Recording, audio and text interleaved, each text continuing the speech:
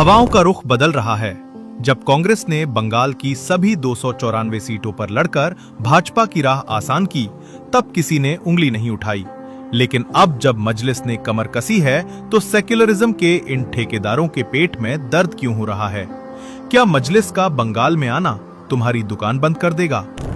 आज की बड़ी खबर यह है कि मजलिस ने बंगाल में वेट एंड वॉच की पॉलिसी छोड़ दी है।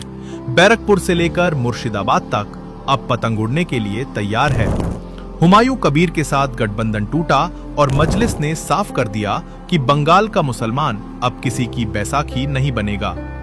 अजीब तमाशा है, पिछले चुनाव में 0 सीट लाने वाली कांग्रेस इस बार भी बंगाल की सभी 294 सीटों पर अकेले चुनाव लड़ने का ढोंग कर रही है। अरे भाई, पिछली बार खाता तक नहीं खुला था और इस बार फिर वही जिद। इससे सीधा फायदा किसको होगा, ये बंगाल का बच्चा बच्चा जानता है। जब कांग्रेस भाजपा को फायदा पहुंचाने के लिए मैदान में उतरती है तो उसे रणनीति कहा जाता है, लेकिन जब असदुद्दीन ओवैसी हक की बात करते हैं तो उन्हें वोट कटवा का टैग दे दिया जाता है। ये दोहरा मापदंड कब तक चलेगा?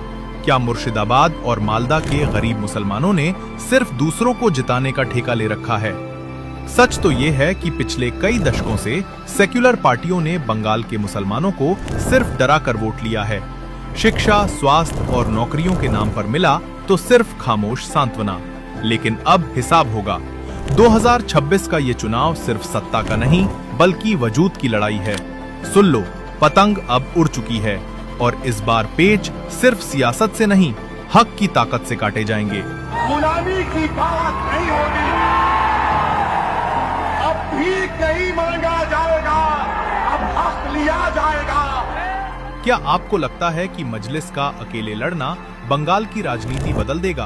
अपनी राय कमेंट में जरूर बताएं और इस वीडियो को शेयर करके गद्दारों की नींद उड़ा दें।